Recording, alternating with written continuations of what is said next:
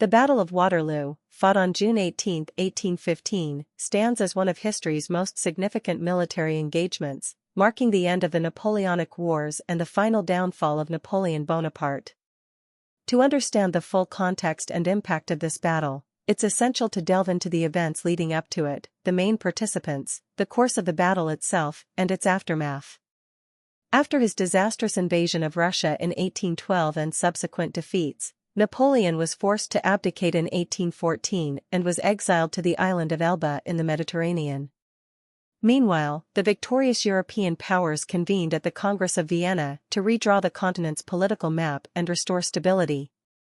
However, in March 1815, Napoleon escaped from Elba, returned to France, and quickly regained power, a period known as the 100 Days.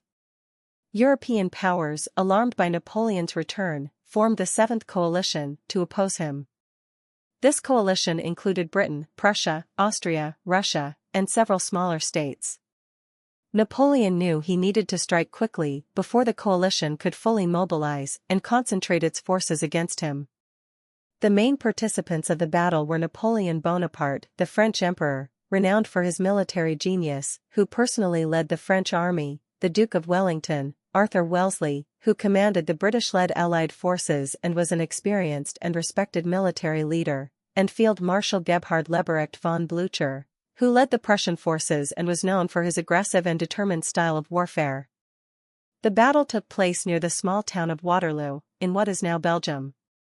On the morning of June 18, Napoleon faced Wellington's army, which had taken a strong defensive position on a ridge. The battlefield was compact, with significant features including the Hougoumont farm, La Haye-Saint farmhouse, and the village of Plancenoit. The battle began late in the morning, delayed by the muddy conditions caused by overnight rain. Napoleon's initial plan was to attack Wellington's flanks and center to break his defensive line before the Prussians could arrive. The French launched a fierce assault on Hougoumont, aiming to draw Wellington's reserves, but the British defenders held firm. As the day progressed, the French attacked La Haye-Saint, a farmhouse located at the center of Wellington's line. Despite heavy fighting, the British and their allies managed to hold the position for most of the day. Simultaneously, the French cavalry launched several large-scale charges against Wellington's infantry squares, but these were repelled with heavy losses. In the afternoon, the Prussian army, under Blücher, began to arrive on the battlefield. The Prussians attacked the French right flank, creating additional pressure on Napoleon's forces. Napoleon sent troops to hold off the Prussians at Plancenoit, but the arrival of fresh Prussian soldiers steadily turned the tide against the French. In a final desperate move, Napoleon ordered his elite Imperial Guard to attack Wellington's center. This was a critical moment, as the Imperial Guard had never been defeated in battle. However, this time they were met with determined resistance and were ultimately repelled.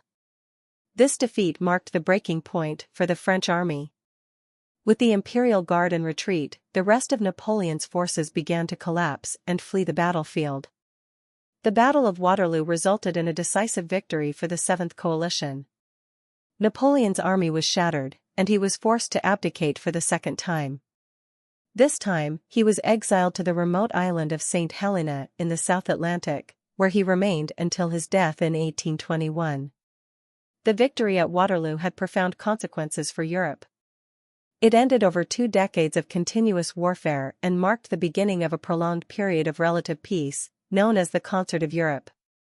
The Congress of Vienna's decisions were implemented, leading to a reorganization of European borders and the restoration of monarchies that Napoleon had overthrown. In summary, the Battle of Waterloo was not just a military engagement but a turning point that shaped the course of European history.